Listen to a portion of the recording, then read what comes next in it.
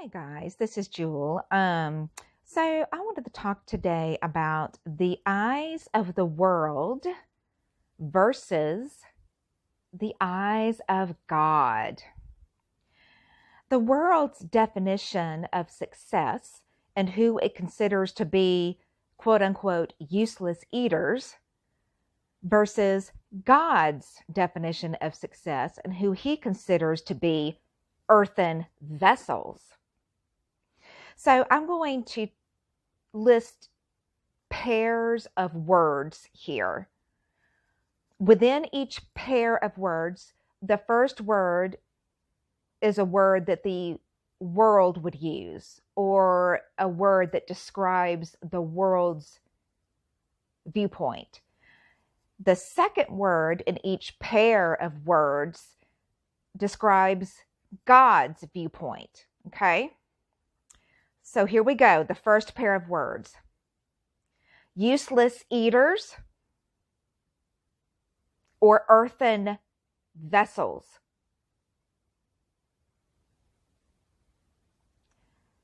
Orphaned or adopted. Abandonment or sonship. Peon or steward.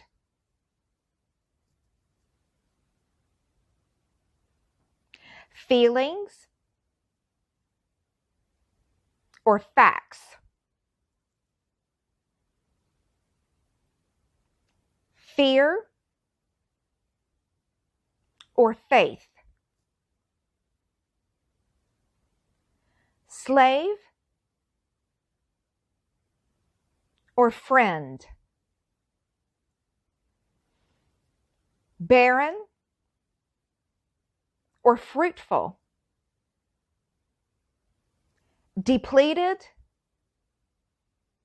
or repleted. Starving or feasting. Regarding the world's acceptance of the phrase useless eater.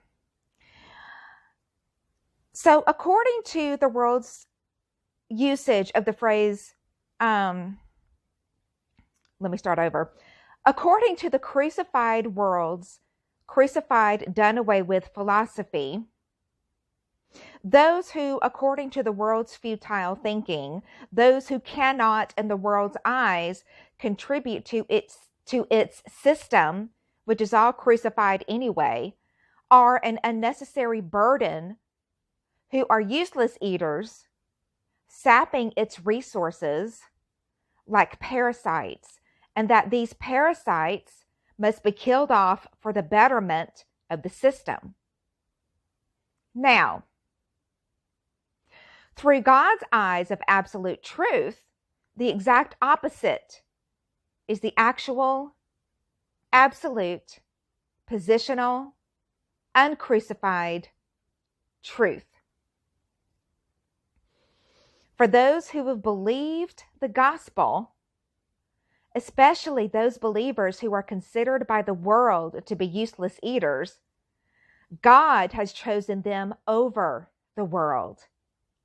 He's crucified the world and everything in it and glorifies himself through his precious, broken, earthen vessels. God is found in that which is unseen, that which is hidden, that which is considered useless by the world, that which is considered weak in the world's eyes.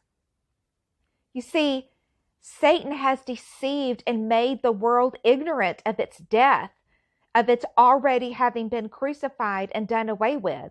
Satan has created a matrix and illusion that keeps the world asleep to and comfortable in its futility and already crucified status.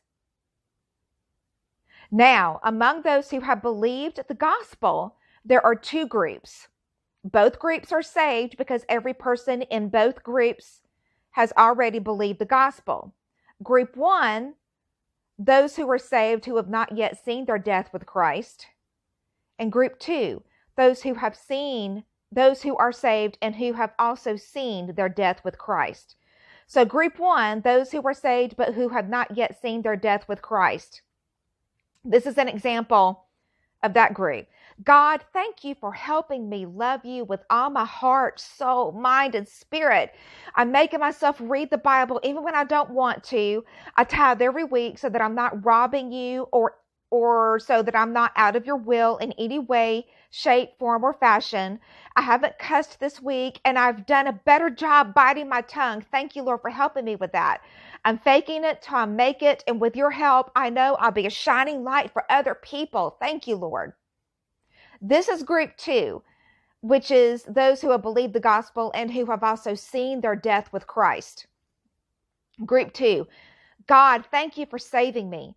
Thank you for taking 100% of the burden off me. Thank you for not expecting anything out of me as you crucified me in and with you, doing away with not only my bad self, but also my good self. Thank you for opening my eyes to see how I am crucified in you, that my flesh is in the tomb along with the world, religion, works, all my best efforts, and churchianity. Thank you for the fact that it is no longer I who lives, but Christ in me, the hope of glory. Thank you that I've been baptized into your death and that I am raised to newness of life. Nevertheless, not I, but Christ in me as the life-giving Spirit. Thank you for letting me rest in you. Thank you for not wanting me to resurrect my dead self in any way, shape, form, or fashion.